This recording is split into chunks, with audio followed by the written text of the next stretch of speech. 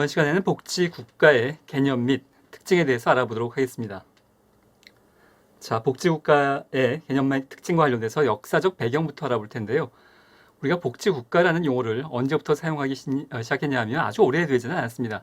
1934년도에 영국에서 옥스퍼드 대학의 한 학자인 짐 메른, 영어식으로 발음하자면 짐 머른쯤 될 것 같은데요. 자, 짐 메른이라는 학자가 파시스트 독재자들의 무력 국가에 대비해서 이 복지국가라는 단어를 처음 사용했다고 이제 문헌에는 기록되어져 있습니다. 우리가 파시스트 독재자 이렇게 이야기하면 독일의 나치즘이 먼저 떠오르게 되는데요. 그 파시스트에 대한 출발점은 나치 독일보다 조금 더 앞서서 1919년경에 이탈리아에 그 무솔리니라는 독재자가 있었죠. 그 무솔리니라는 독재자가 나타나면서 그 1차 세계대전 직후에 극단주의적인 전체주의적이고 배회적인, 그러니까 다른 나라를 배척하는, 동시에 자유주의를 부정하고 상당히 군국주의적인 국가적인 그런 정치적인 방향을 가졌던 그런 것들을 우리가 이제 파시스트라고 이야기하는데요. 자, 그리고 나서 템플이라는, 이 사람이 학자라기보다는 성직자였는데요. 1941년도에 영국의 요크시에 영국의 사회복지 역사의 출발점이 영국이다 보니 영국의 사회복지 역사가 세계 전체의 사회복지 역사처럼 그 표현될 때가 굉장히 많은데요. 이 요크시도 굉장히 자주 등장하는 시 중에 하나입니다.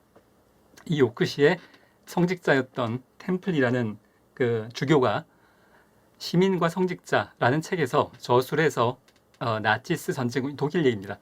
나치 전쟁 국가의 대조적으로 영국의 국가 이념을 복지국가라고 부르면서 널리 사용되기 시작을 했습니다. 자, 여러분들이 이제 여러 번 이제 익숙하실 이름일 텐데요. 비버리지라는 사람입니다. 1942년도에 영국의 비버리지 보고서가 발표되면서 제2차 세계대전 이후에 1945년도에 정권을 잡은 영국의 노동당 정부. 영국은 크게 양대 정당의 보수당과 노동당 두 가지인데요. 노동당 정부가 이 보고서에 입각해서 광범위한 사회보장과 완전고용을 실천하는 것을 국가의 책임으로 보기 시작을 했습니다. 그때부터 이제 복지국가가 전 세계적으로 주목받기 시작을 했고, 영국을 요람에서 무덤까지 라는 슬로건으로 영국이란 국가를 표현하는 그런 게 이제 여기서 출발된 건데요. 자, 우리가 앞선 시간들 중에서 그 사회복지의 동기에 대해서 다룬 적이 있습니다. 그 중에서 정치적 동기를 5가지 동기 중에 하나가 이제 정치적 동기였었는데요. 자, 1942년도 그때 잠깐 설명을 드렸던 내용입니다만, 자, 1942년도는 시대적 배경을 살펴보면 영국이 한창 2차 대전, 독일과 2차 세계대전을 벌리던 그런 시절이었고, 1942년도면 독일에게 그 전황이 상당히 밀리던 시절이었었습니다. 영국이 이기던 시절이 아니라 지기의 그 영국의 폭격을 받으면서 겨우 버텨내는 정도 수준의 그 당시의 시기였었는데요. 그 당시에 전쟁 와중에 비버리지 보고서가 정부에 채택이 되면서 국민들에게 이야기했던 것은, 자, 이 전쟁의 위기 상황에서 국민들의 사기를 높이고 이 전쟁에서 승리하게 되면 우리가 이러이러하게 국민들을 위한 국가를 만들겠다라는 비전을 제시함으로써 국민들의 그 참여를 이끌어내기 위한 그런 정치적 배경도 있었다고 여겨집니다. 자, 이러한 역사적 배경 하에서 복지국가의 일반적 개념은 가족 또는 시작이 아니라 국가가 국민의 복지를 책임지는 국가라고 할 수 있겠습니다. 자, 여기서 그 가족이나 시장이 아니라는 말은 제도가, 즉 적극적인 복지, 넓은 의미의 복지, 보편적 복지, 제도적 복지, 자, 이런 것과 같은 맥락을 보여준다고 할 수 있겠습니다. 자, 복지국가에 관련된 학자들의 세부적인 정의는 이제 다음 페이지에서 또 살펴보도록 하겠습니다. 자, 티트머스란 학자는 복지국가를 사적인 시장에서는 제공될 수 없는 특별한 서비스를, 자, 모든 국민에게 보편적으로, 제도적으로, 넓은 의미로 특수한 빈곤에 처한, 어떤 문제에 처한, 절대 빈곤선 아래에 처한 그런 특별한 사람들만 돕는 것이 아니라 모든 시민들에게, 모든 국민들에게 제공하는 국가로 규정을 하고 있습니다. 자, 토네스라는 학자는 자본주의적 생산 체제를 유지하면서 모든 시민에게 집단적 보호, 사회보호를 보장하고, 자, 집단적이란 단어도 복지국가의 맥락을 같이 하는 대표적인 의미라고 할 수 있겠습니다. 자, 일단 먼저 내용을 좀 마무리하면요. 사회보호를 보장하고 민주주의면서 정부가 지원하는 복지제도에 의해서 특징 지어지는 국가를 복지국가로 본다고 주장을 하였습니다. 자, 여기서 집단적이란 말은 개인적이란 말의 반대말이라고 생각을 하시면 되겠습니다. 집단적이란 말이 영어로는 콜렉티비즘인데요. 자, 개인이 아닌 집단, 집합을 이야기하는 그런 의미의 단어이고, 즉, 그 사회 안에 있는 빈곤한 사람들, 어떤 어려움을 겪는 사람들에 대해서 집합적인 사회적 책임, 개인의 불행이 개인의 책임이 아니라 사회적 책임이고 사회가 집합적으로 함께 해결해 나갈 것의 관점을 갖고 있는 것이라고 보겠습니다. 자, 우리가 앞선 시간에서 자유를 크게 두 가지로 나누어서 그 소극적 자유와 적극적 자유 이렇게 나눈 적이 있는데요. 자, 소극적 자유라는 것은 개인주의 입장이어서 국가가 나에게 내 삶에 간섭 개입하지 말아달라, 난 내 마음대로 살겠다라는 관점이라면, 적극적 자유는 최소한의 삶에 관련된 보장은 국가가 해줌으로써 그래야 자유가 보장된다는 의미입니다. 다른 말로 하자면 굶어 죽을 자유는 인정되지 않는다라는 것을 의미합니다. 자, 윌렌스키라는 학자도 앞에서 한번 나왔던 학자입니다. 윌렌스키와 르보가 함께 제도적 자녀적 관점에 대해서 이야기했을 때 그 윌렌스키입니다. 자, 모든 국민에게, 자, 특수한 계층이 아니고 모든 국민에게 최소한의 소득과 영양, 보건, 주택 및 교육 등을 자선으로서가 아니라 해주면 좋고 안 해주면 할 수 없고, 그런 자선의 의미가 아니라 정치적인 권리로서 인정하는 국가를 복지국가로 규정하고 있습니다.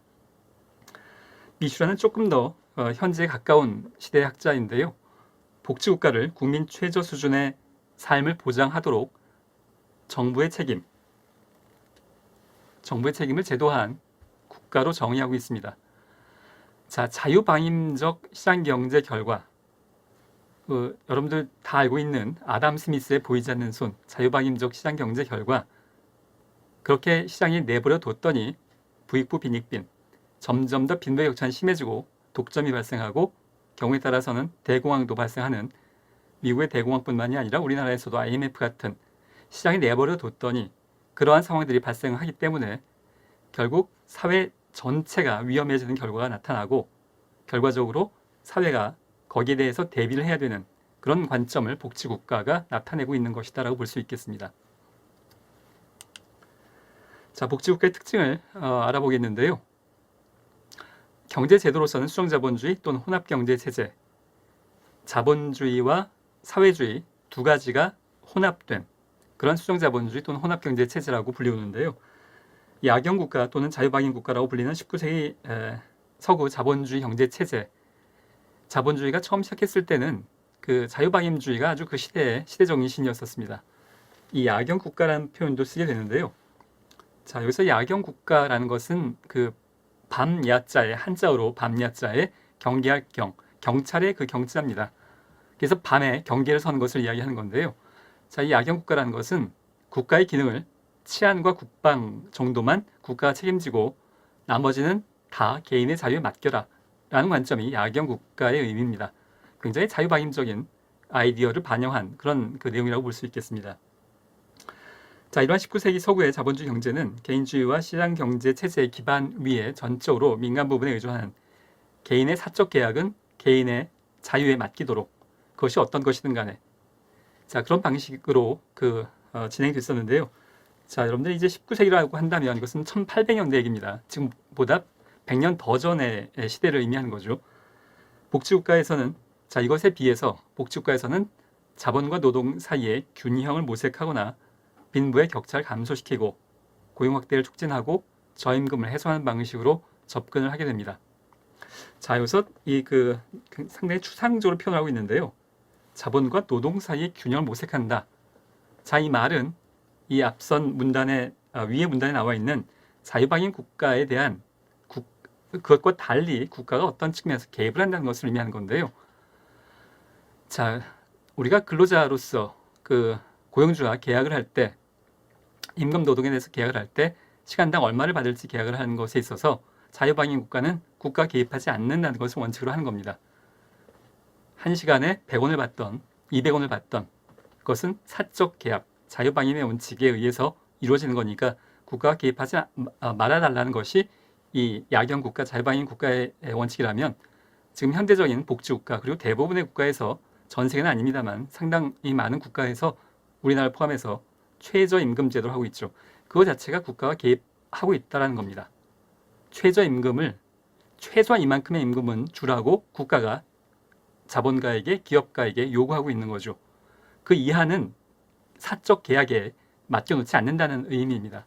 자유방임이 아니라는 의미여서 자 그런 관점으로 이해하시면 되겠습니다. 자본과 노동 사이의 균형을 모색하거나 빈부의 격차를 감소시키고 소득의 재분배를 아주 그 근본적인 하나의 방향성으로 갖고 있죠. 복지국가는 부자들에게 더 많은 세금을 걷어서 가난한 사람들에게 재분배하는, 그래서 빈부의 격차를 감소시키는, 부자가 능력이 있어서 많이 벌고 가난한 사람이 능력이 없으니까 가난한 건 어쩔 수 없는 개인의 자유의 영역이라고 보지 않고 거기에 대해서 그 격차를 감소시키기 위해서 국가는 개입을 한 것을 복지국가는 원칙으로 하고 있습니다.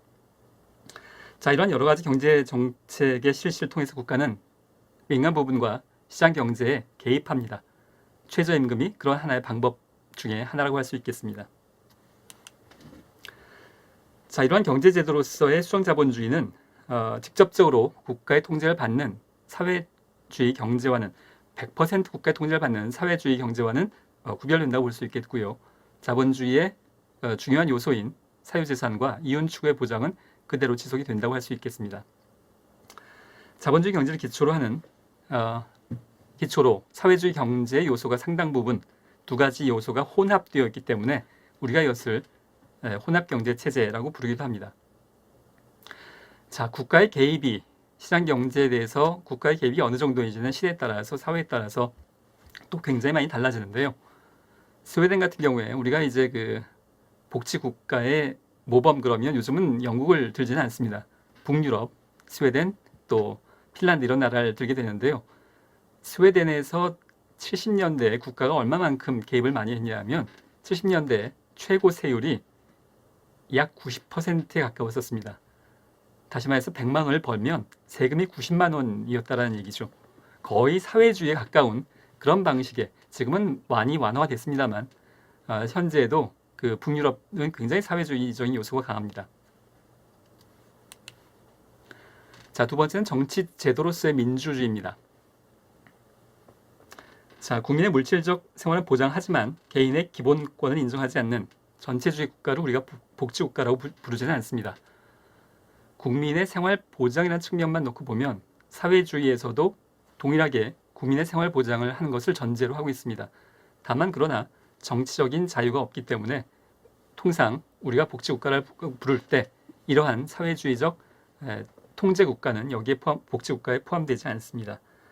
억압적이고 권위적인 독재자에 의해서 거주와 이전의 자유라든가 사상과 표현의 자유라든가 결사의 자유를 비롯한 일련의 자유권과 선거권을 비롯한 정치권이 박탈된 채 국민들에게 어떤 의미에서의 물질적 보장이 이루어진다고 하더라도 그러한 상태의 의미를 우리가 복지라고 부르지는 않기 때문에 사회주의 국가를 복지국가에 포함시키지는 않습니다.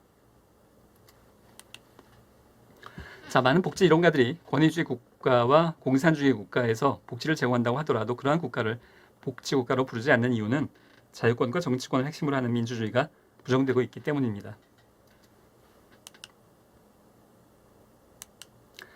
자, 복지국가의 특징을 몇 가지 살펴보고 있는 중인데요. 국민 최저 수준의 보장입니다. 국민의 최저 수준이라고 하는 것은 1942년도에 앞서서 말씀드린 그 비버리지 보고서에서 제시된 개념으로서 복지국가의 책임 범위를 규정하는 매우 중요한 기준이라고 할 수 있는데요. 모든 국민들의 삶의 안전과 기본 욕구 충족을 위해서 최소한 이만큼은 해야 된다는 국민의 최저 수준을, 그것이 경제적인 것, 또 문화적인 것을 다 포함한 겁니다.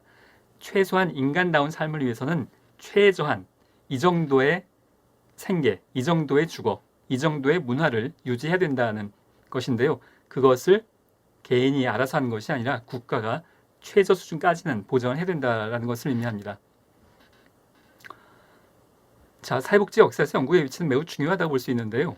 이러한 비버리지 보고서가 1942년도에 갑자기 물론 등장한 것은 아니겠고요. 영국에선 1942년도 이전에 굉장히 많은 여러 학자들에 의해서 최저 생계비에 대한 연구라던가 이 최저 보장 수준에 대한 연구가 굉장히 여러 학자들에 의해서 선행 연구로서 기초가 되었다고 할 수 있겠습니다. 자, 복지국가가 모든 국민의 삶의 안전을 위해서 적어도 국민 최저 수준을 보장한다는 것이 복지국가의 특징 중에 하나인데요. 복지국가의 책임 범위뿐만이 아니라 특정의 빈곤층만을 대상으로 열등수급의 원칙에 따라서 빈민구제를 실시했던 과거의 국가와 복지국가를 구별하는 기준이 될 수 있겠습니다. 자, 국민 개개인의 복지에 대한 국가의 책임에 대해서 알아보겠는데요. 퍼니스와 틸톤은 미국을 복지국가라고 부르기를 거부했는데요. 자, 대부분의 사회복지 정책, 사회복지와 관련된 학자들은 미국을 복지국가에 포함시키지 않습니다. 자, 우리나라 현대사에서 미국이 일제강점기를 종식시키고, 즉 일본을 패망시켰고, 몇 년 안 돼서 일어난 6.25 전쟁에서도 큰 역할을 하면서 우리나라에 있어서는 미국을 마치 과도하게 지나치게 미국이라는 시스템을 유토피아처럼 여기는 경향이 존재하는데요. 사회정책, 사회복지 관련된 학자들은 미국을 복지국가로는 보지 않습니다. 자, 여러 학자들의 얘기가 이제 이후에 나오게 될 거고요. 그 중에 하나가 퍼니스와 틸톤인데요. 자, 이제 왜 그렇게 이런 관점을 취하냐 하면 국민 개개인의 복지 증진을 목적으로 하는 사회복지 예산이 상대적으로 적게, 전체 예산에서 적게 책정되었기 때문이고요. 한 국가의 경제력이 아무리 크다고 하더라도 미국이 70년대에는 그야말로 제1의 GDP와 1인당 GDP의 국가 전체 GDP나 1인당 GDP에 있어서 아주 최정상에 있었던 나라이지만, 그럼에도 불구하고 사회복지에 대한 정부의 지출 비율이 상당 수준, 어느 일정 부분 이상, 일정 수준 이상이 되지 않는다면 복지국가라고 부를 수 없다는 관점인 건데요. 자, 또 다른 학자인 이제 윌렌스키 같은 경우에도 사회보장비가 국민 총생산 중에서 차지하는 비율을 복지국가의 기준으로 봤는데, 복지선진국을 이제 이 학자의 주장입니다. 복지선진국을 사회보장비 전체 국가 예산에서 15% 이상, 복지중진국은 사회보장비를 전체 국가 예산 중에 10에서 14%, 복지후진국은 사회보장비를 5에서 9% 정도로 봤는데요. 자, 이 당시에 미국은 복지후진국 5 내지 9%에 해당하는 국가였습니다. 자, 물론 이 개념은 굉장히 기본적인 아이디어는 간단해 보입니다만 실질적으로는 간단한 방식은 아닙니다. 이 사회보장비가 어디까지인가가 국가마다 기준이 약간씩 다를 뿐더러, 또 약간 또는 상당히 다를 뿐더러, 이것이 지금 70년대의 관점이기 때문에 70년대 이후에 전 세계적으로 주로 선진국 위주로 사회보장비는 이 시기보다 더 확장이 됐습니다. 그렇기 때문에 이것을 지금 현재 일률적으로 적용하기는 굉장히 어려움이 있어 보입니다만, 기본적인 아이디어는 복지국가라고 함은 국가마다 사회보장비의 지출에 있어서 최소한 일정 비율 이상은 되어야 되겠다고 주장한 입장이고, 윌렌스키는 1970년대에 최소한 15% 이상은 되어야, 우리나라는 현재 지금도 15%가 되지는 않죠. 15% 이상 되어야 복지국가라고, 복지선진국이라고 부를 수 있다고 주장을 하였습니다. 자, 이번 시간에는 복지국가의 유형 그리고 복지국가의 발전 단계 두 가지에 대해서 다뤄볼 예정입니다. 자, 우선 복지국가의 유형에 대해서 알아볼 텐데요. 여러분들의 암기사항이 많은 부분입니다.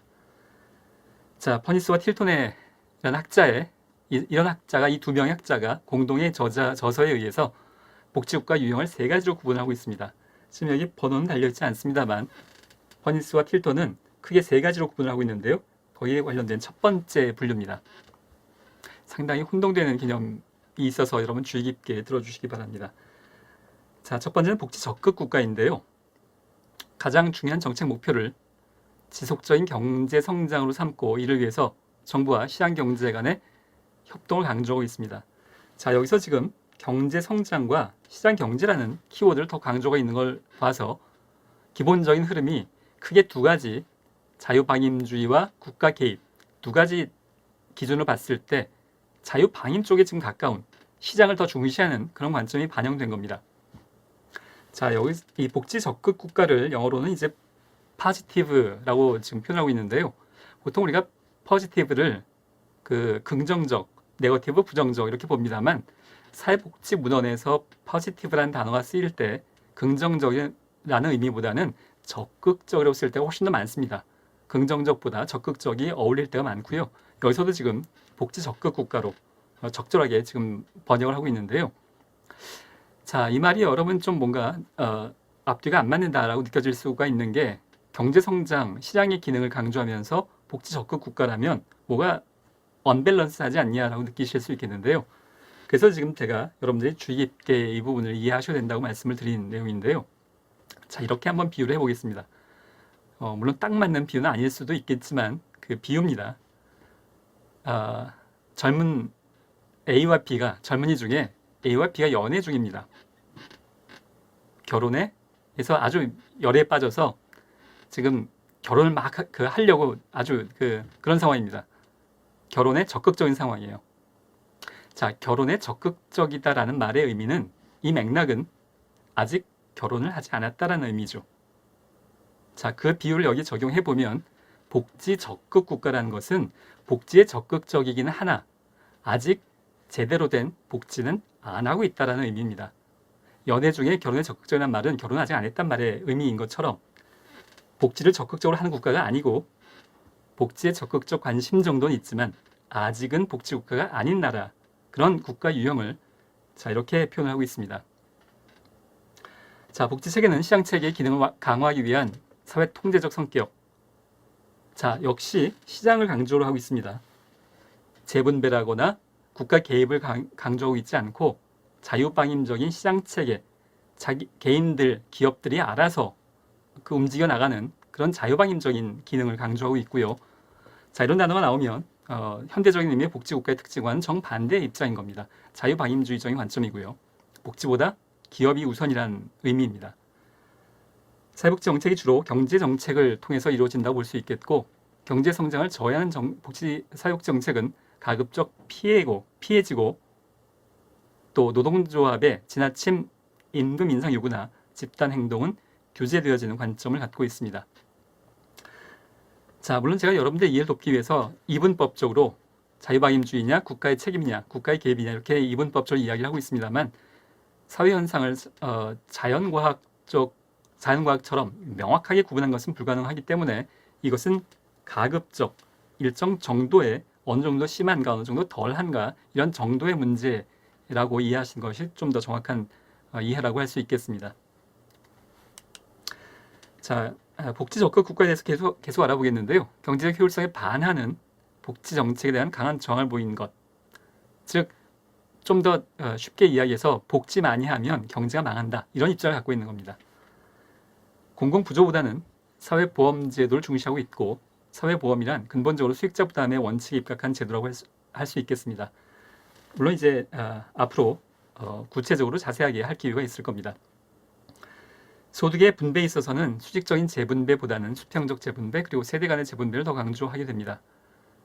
자, 수직적 재분배라고 하는 것은 고소득자에게 더 많은 세금을 걷어서 저소득자에게 재분배하는 기능을 이야기합니다. 퍼니스와 틸턴은 이러한 복지 적극 국가를 복지 국가로 보지 않고, 자, 이것도 좀 애매한 표현이긴 하죠. 자, 복지 국가라고 분명히 복지 국가 유형이라고 분류가 되긴 합니다만, 퍼니스와 틸턴은 이러한 복지 적극 국가를 제대로 된 복지 국가로 보지는 않았습니다. 분류는 하고 있습니다만, 그리고 미국을 이러한 적극 국가의 대표적인 국가로 예시를 하고 있습니다.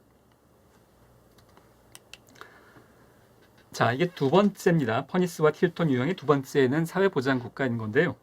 사회보장 국가의 중요한 목표는 사회복지 정책을 통해서 국민 생활에 대한 최저 수준을 보장하는 것이라고 할 수 있겠습니다. 경제 정책과 사회복지 정책의 구분이 명확하다고 볼 수 있겠습니다. 자, 앞에서는 복지 적극 국가에서는 이것을 더 강조했었습니다. 그런데 여기서는 둘 다 강조하긴 하는데 그것을 통합해서 접근하지 않고 구분해서 접근한다는 관점을 갖고 있습니다. 자, 이러한 사회보장국가에서는 최저 수준을 보장하기 위해서 사회보험제도만으로는 불가능하기 때문에 공공부조나 보편적 서비스의 제공과 같은 방법을 채택하게 됩니다. 국민연금, 건강보험 같은 사회보험제도만으로 그것이 일차적인데 그것만으로 충분치 않을 경우에 국민연금을 이란 제도를 통해서도 자신의 최저 생계비를 감당하지 못한 사람들이 발생하게 되기 때문에 그런 경우에는 2차적으로 공공부조나 다른 보편적 여러 가지 서비스를 통해서 최저 한도의 삶을 유지시켜 주는 것을 국가의 책임으로 보고 있는 상황입니다. 최저 수준의 보장은 국가가 전부 부담하는 것이 아니고 사회보험이 1차적입니다. 지금 현대복지국가에서는 여기에 훨씬 더 여기에 가까운 내용을 담아내고 있는데요. 자, 1차적인 것은 사회보험으로 충당하고 부족한 부분만, 거기에서 해당이 되지 않는, 거기서 예외가 되는 사람들만, 부족한 부분만 국가가 보조한다는 것이지만 두 가지를 합해서 누구에게나 생존의 권리를 인정한다는 점에서는 적극 국가 모형보다는 진보된 복지국가 입장에서는 좀 더 진보된 형태라고 평가할 수 있겠습니다.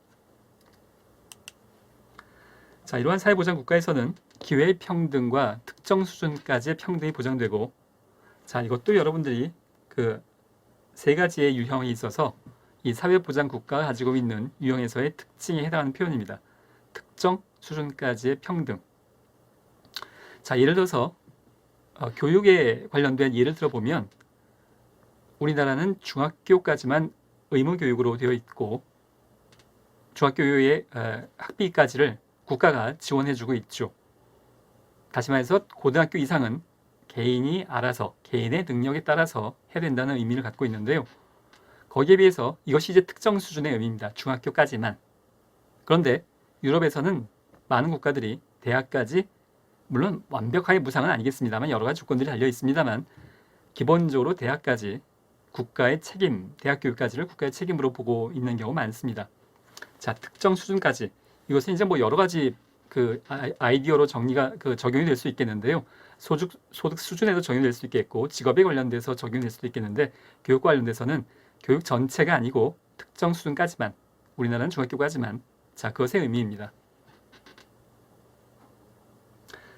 자, 그 이상의 부분에 대해서는 자유로운 경쟁을 인정합니다. 자, 특정 수준을 넘어서는 고등학교 이상의 교육에서는 자유로운 경쟁을 인정하는 건데요. 자, 우리가 부모의 최근 여러 가지 뉴스에 나오는 자료들을 살펴보면 부모의 소득에 따라서, 즉 고소득이냐 저소득이냐 부모의 소득에 따라서 자녀의 사교육비가 5배 이상 차이가 난다라는 통계 수치를 본 적이 있는데요. 자, 그게 자유로운 경쟁을 의미하는 겁니다. 우리가 자유로운 경쟁 그러면 뭐 굉장히 항상 좋은 것처럼 그런 이미지를 갖고 이제 받아들이게 되는데요. 기본적으로 자유로운 경쟁은 불평등을 포함하고 있는 개념이어서 부모의 소득의 격차에 따라서 사교육을 많이 지출하는 것, 그게 바로 자유로운 경쟁에 속하는 것이고 자유경쟁이 결과적으로 반드시 긍정적인 것은 아닐 수 있습니다. 자, 사회보장을 이룩하는 데 있어서 개인이 자기 자신이나 자기 가족을 위해서는 스스로의 노력을 통해서 해결하도록 하는 것을 강조하는 측면이 이 두 번째 유형이겠고요. 국가는 개인의 동기, 기회, 책임을 억제해서는 안 된다고 강조합니다. 자, 이러한 퍼니스와 틸톤의 사회보장 국가 유형은 영국의 복지 제도가 사회보장 국가에 가장 가깝다라고 이제 분류를 하고 있습니다. 세 번째는 복지 국가입니다. 자, 퍼니스와 틸톤의 유형 세 번째입니다. 사회복지 국가인데요. 자, 여러분들이 또 용어에 있어서 약간의 혼동이 있을 수 있는 걸 설명을 드리자면 우리나라 정책의 관점에 있어서의 단어 선택은 사회보장을 더 넓은 범위로 보고 있습니다. 그래서 사회보장 안에 사회복지가 포함되는 것 이렇게 보고 있는데요. 사회보장이 더 넓은 상위 개념이고 그 하위에 하나의 요소로서 사회복지라는 단어를 우리나라 사회복지법과 정책에서는 그런 개념으로 사용을 하고 있는데요. 자, 이 퍼니스와 틸톤은 물론 학자마다 단어 사용과 의미가 좀 얼마든지 다를 수 있어서 퍼니스와 틸톤에서는 사회보장보다 이 사회복지가 더 우위에 있는 개념으로 보고 있는 셈입니다.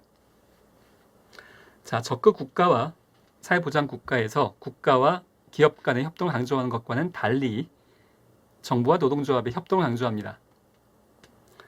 자, 노동조합이 정부의 임금과 고용정책에 깊이 개입해서 정부와 기업의 통제를 넘어서는 방식으로 설명을 하고 있는데요.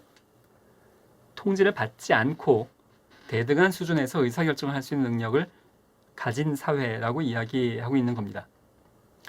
북유럽 국가들이 복지 선진국이 되기 위해서는 앞선 시간에서도 잠깐 말씀을 드렸습니다만 노동조합이 기업과 정부와 3자 간에 그야말로 대등한 위치에서 파트너로서 협상하는 전통이 강력하게 자리 잡고 있습니다. 자, 우리나라에서도 최저임금을 매년 결정할 때마다 그 최저임금 결정하는 그 결정기구에 노동자 대표가 참여하긴 하죠. 그러나 거의 매년 마지막 순간엔 이제 자리를 박차가 나오는 걸로 이제 뉴스에 나오게 됩니다.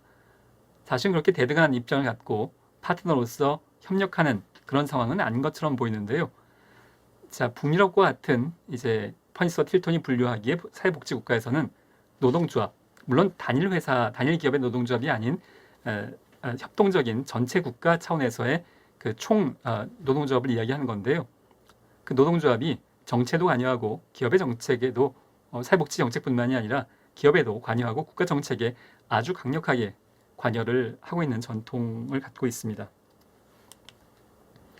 자, 이러한 사회복장 국가에서는 모든 시민에게 최저 수준만 보장하고 그 이상은 경쟁 원리에 맡기는 것을 비판하면서 두 번째 유행이었었죠. 사회보장국가. 그것을 비판하면서 그거 가지고는 부족하니 평등과 협동, 연대의식에 기초를 두고 단순한 최저 수준의 보장을 넘어서서 전반적인 삶의 질의 평등을 추구하는 것, 최저가 아닌 최적을 추구하는 삶의 질을 추구하는 것을 목표로 삼고 있습니다. 전통적인 사회보험이나 공공부조의 의존을 넘어서서 정부는 일반 예산에 의한 복지 서비스의 제공을 크게 정부의 역할로 삼고 있습니다. 자, 사회복지국가의 궁극적 목표는 정책 결정의 권한을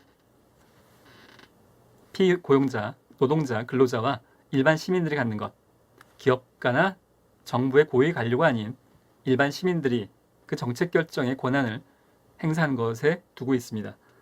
단순히 사람들의 생활 수준을 향상시키는 데 그치는 것이 아니라 과거의 정치 과정에서 소외되었던 개인이나 집단들로 하여금 그들을 각종 정책 결정 과정에 끌어들이는 노력을 함으로써 사회의 모든 정책 결정 과정에 시민의 민족 참여를 증진시켜야 한다고 강조를 하고 있습니다. 자, 퍼니스와 틸턴은 실제 국가에서는 스웨덴과 같은 스칸디나비아에 속하는 북유럽의 국가들이 그들의 복지 제도가 이러한 사회복지 국가의 모형에 가깝다고 주장을 하고 있습니다. 자, 학자가 바뀌어서 이번엔 미슈라라는 학자의 유형을 볼 텐데요. 미슈라라는 학자가 복지국가를 어떻게 나누었는지 분류했는지인데 두 가지로 분류를 하고 있습니다. 그 첫 번째가 분화적 복지국가인데요. 자, 일단 분화라는 말은 화산의 분화 이런 의미는 아니고요. 나누어졌다라는 말의 분화입니다. 그 말에 나누어졌다라는 말의 의미는 시장경제와 복지제도가 따로따로 나누어졌다는 말의 의미고요. 어떤 의미에선 서로 상반되는 작용을 한다라는 의미를 이 분화라고 표현하고 있습니다. 자, 그러면 시장경제와 복지제도가 어떻게 통합되는가? 즉, 이 말에 통합됐다는 말의 의미는 최저임금제도와 복지제도가 따로따로가 아니라는 입장입니다. 최저임금을 정한다는 것 자체가 복지제도이기도 한 그것이 이제 통합적인 관점을 이야기하는 거고요. 분화적 복지국가에서는 그것을 따로따로 봅니다. 최저임금은 경제정책, 복지는 복지에 따로. 자, 이렇게 보는 관점인데요. 사회복지는 경제와 구분되고 대립된다는 관점이면서 경제에 나쁜 영향을 주는 사회복지는 제한돼야 되고 결과적으로 사회복지는 자녀적인 역할에 머물러야 된다는 입장입니다. 분화된 복지국가에서의 복지정책은 이익 집단들의 다양한 이익 추구 과정에서 이루어지기 때문에 복지정책들은 통합적이지 않고 포괄적이지 않고 쪼개져 있고 따로따로 나눠져 있고 단편화되는 경향이 있다고 주장하고 있습니다. 미국과 영국 등의 주로 영어권 국가들이 여기에 포함된다고 보고 있고요. 자, 지금 여러 학자들의 분류들이 나오게 되는데 첫 번째 나오는 것이 복지국가의 수준이 낮은 것을 의미합니다. 미슈라라는 학자 역시 미국을 복지국가에서 제일 낮은 형태로 분류를 하고 있습니다. 자, 두 번째는 통합적 복지국가입니다. 앞에서 분화, 나눠지지 않고 경제와 복지가 따로따로가 아닌 경제가 곧 복지고 복지가 곧 경제인 그런 국가 시스템을 이야기합니다. 복지국가와 경제는 구분되지 않고 상호 의존적이고 상호 연관되어져 있다고 보고 있습니다. 사회복지정책과 경제정책의 밀접한 관계를 인정하는 입장이고요. 이러한 모양에서의 복지정책은 경제 집단들 또는 계급 간의 상호 협력하에 추진되면서 집합적, 개인주의적이 아닌 사회 전체가 책임을 지는 그 사회의 나고자를 그 개인의 책임으로 보지 않고 사회 전체가 함께 집합적으로 책임을 강조하고 있는 관점이고요. 제가 이제 여러 번 앞선 시간에 그 빈곤 관련돼서 여러분의 조금 더 그 시각적인 이미지를 이제 살리기 위해서 폐지 줍는 할머니란 표현을 여러 번 쓰고 있는데요. 폐지 줍는 할머니의 모습이 그 할머니 개인의 문제가 아니라 그 사회 구성원 모두의 책임이라는 관점입니다. 집합적 책임이라는 것은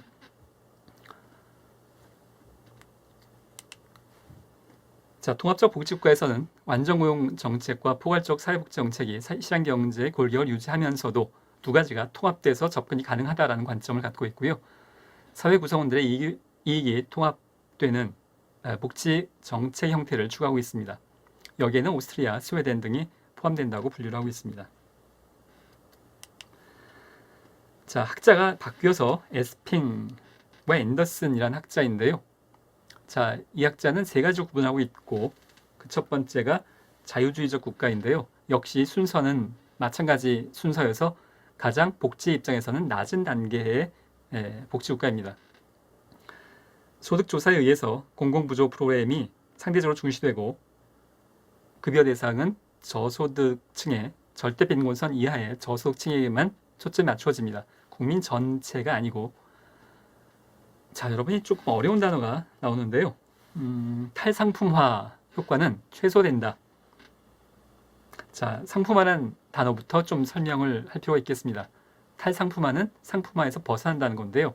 그럼 상품화라는 것은 뭐냐 하면 이 복지국가의 맥락에서의 상품화라는 것은 근로자는 일반 시민들의 의미라고 봐도 무방하겠습니다. 근로자는 자신의 노동력을 제공해야만 생계가 유지되는 상황을 상품화라고 이야기합니다.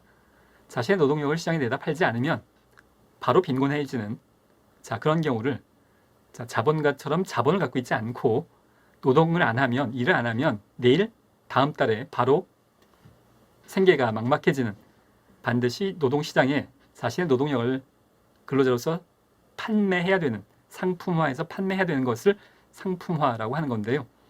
이런 상황에서 이 자신의 노동이 팔리지 않으면, 취업이 안 되면 아주 곤란을 겪게 되는 상황이 되는 거죠. 그걸 우리가 상품화라고 이야기하는데 복지국가에서는 그런 상품화를 벗어나야 된다는 관점입니다. 그런데 자유주의적 복지국가에서는 탈상품화, 복지국가에서 추구하는 탈상품화 효과가 최소화, 즉 탈상품화가 최소화, 이중부정이기 때문에 상품화 사회라는 의미입니다. 상품화를 벗어나는 게 잘 안 되는 사회이기 때문에 상품화가 정도가 높은 사회여서, 즉 일하지 않으면 바로 빈곤에 빠지게 되는 사회인 겁니다.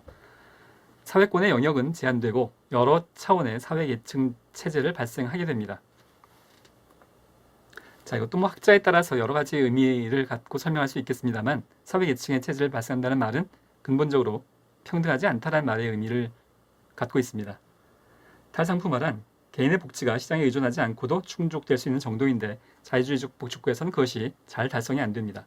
영국과 미국 역시 낮은 단계로 분류하고 있습니다. 스위스, 일본 등이 여기에 해당합니다. 두 번째는 조합주의적 복지국가인데요. 세 가지 유형에서 에스핑 앤더슨이 분류한 세 가지에서 두 번째입니다. 사회복지 제공이 사회적 계층을 유지하는 데 있고 기존의 계층을 유지하는 것, 즉 적극적인 평등에는 그다지 관심이 없다는 것을 의미합니다.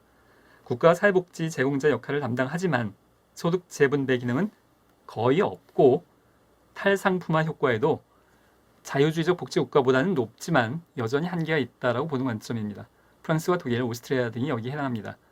물론 특정 국가는 학자들마다의 분류에 따라서 약간 변동이 되기도 합니다.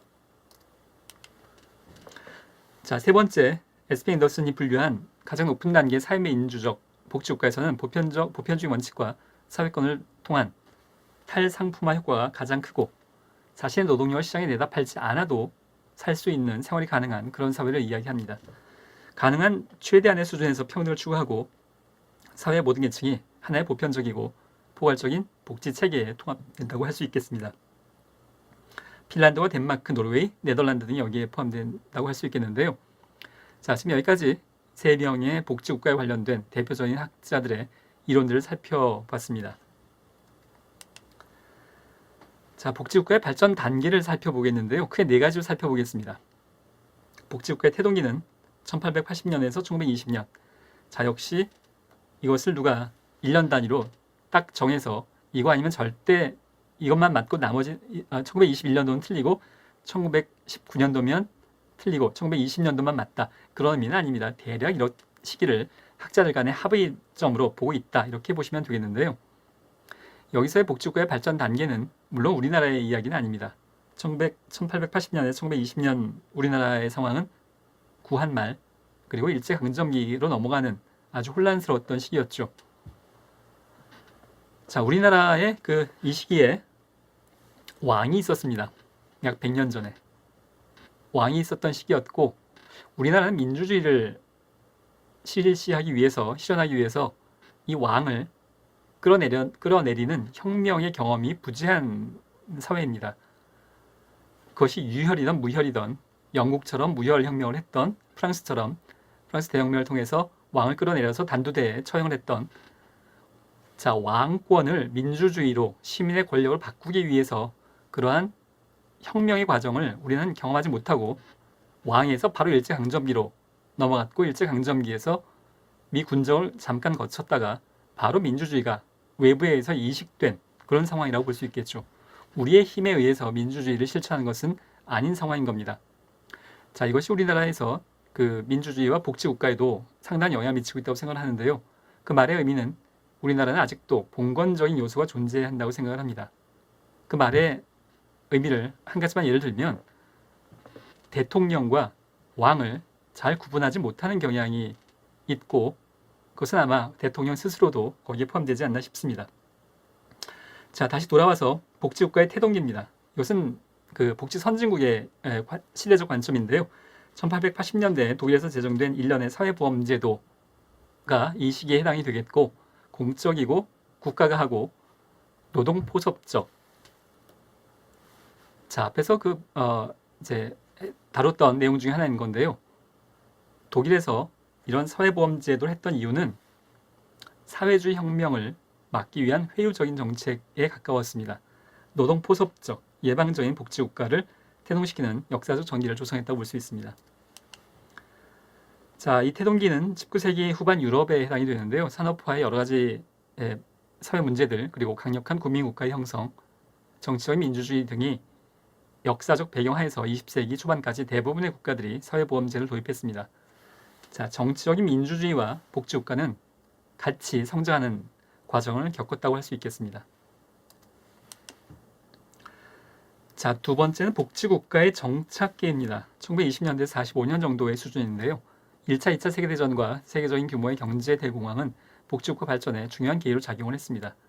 전쟁 상황에서 국가는 효과적으로 국민을 동원하기 위해서 국민들에게 이 전쟁이 끝나면 더 나은 삶을 보장해주겠다는 약속을 했고 영국이 가장 대표적인 경우라고 해당할 수 있겠는데 1차, 2차 세계대전이라는 것이 거의 선진국들이 다 겪었던 경험이었기 때문에 영국뿐만이 아니고 다른 나라도 비슷한 과정을 겪었습니다.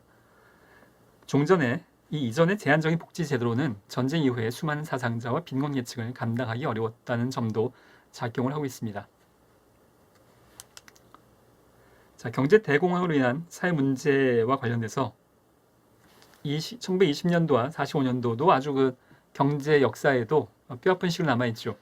자유방임주의적인 시장이 최적의 경제 효율성을 결과한다는 믿음을 와해시켰습니다.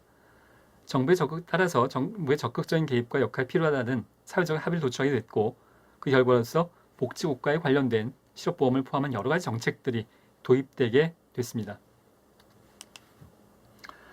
45년 전 세계적으로 이제 전쟁이 끝나고 75년도까지가 복지국가의 팽창기로서 다른 말로는 복지국가의 황금기라고 표현하기도 하는데요.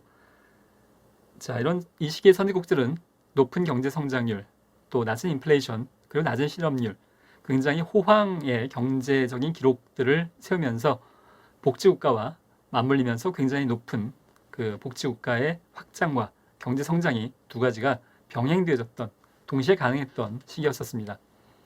이를 바탕으로 적극적인 복지 확대가 이루어졌고 경제 성장과 완전 고용, 그리고 복지국가가 조화를 이루었던 시기라고 할 수 있겠습니다.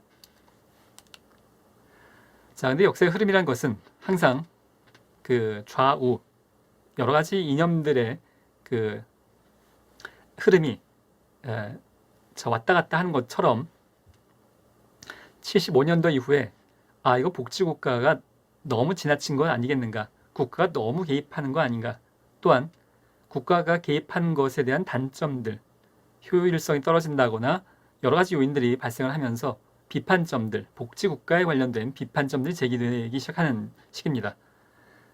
세계 경제 성장이 둔화되고 정치적으로는 보수적인 정당, 아주 이 시기에 여러분들에게 많이 알려진 미국 공화당의 레이건 대통령, 그리고 영국의 보수당의 대처 수상이 이 시기에 해당하는 경우인데요.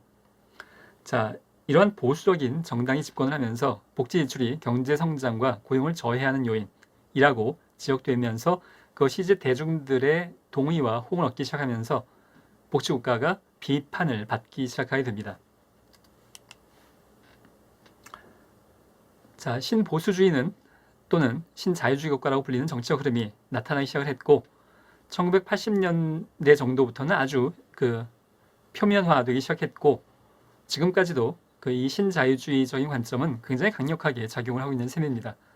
국가의 개입을 축소하는 방향으로 국가가 너무 개입을 하면 여러 가지 문제가 발생을 하니 국가 개입보다 민간에게 다시 돌려주자라는 관점의 방향의 내용이라고 할 수 있겠고요. 대부분의 국가에서 복지비 지출의 증가율이 둔화되긴 했지만 복지비의 절대액이 전체적으로 보자면 감축되지 않고 여전히 지금까지도 증가 추세에 있다고 볼 수 있겠습니다. 물론 특정 국가 하나만 놓고 보면 감소하는 부분도 있겠습니다만 지구 전체적으로 놓고 보면 전체적으로 증가하는 추세임에는 여전히 틀림없다라고 볼 수 있겠고요. 자, 역사의 시계추는 계속 오른쪽으로 가기도 하고 왼쪽으로 가기도 합니다. 1975년대 이후에 특히 이제 1980년대 이후에 아주 본격화된 신자유주의, 신보수주의가 지금까지 약 한 40년 가까이 역사의 시계추를 오른쪽으로 이제 돌려놓은 셈인데요. 자, 이 40년에 대한 비판이 우리가 복지국가가 개입했던 건 시장이 실패했기 때문이었습니다. 시장을 내버려 두니 자유방임했더니 여러 가지 문제가 발생을 해서 이거 국가가 개입해야 되겠다 라고 시계추를 오른쪽에서 왼쪽으로 돌린 건데요. 국가가 개입하다 보니 거기에 나름대로의 또 문제가 생겨서 국가 개입이 건 너무 지나친 거 아닌가, 다시 되돌아가자. 근데 자유방임 제도의 문제가 근본적으로 해결된 것은 아니었죠.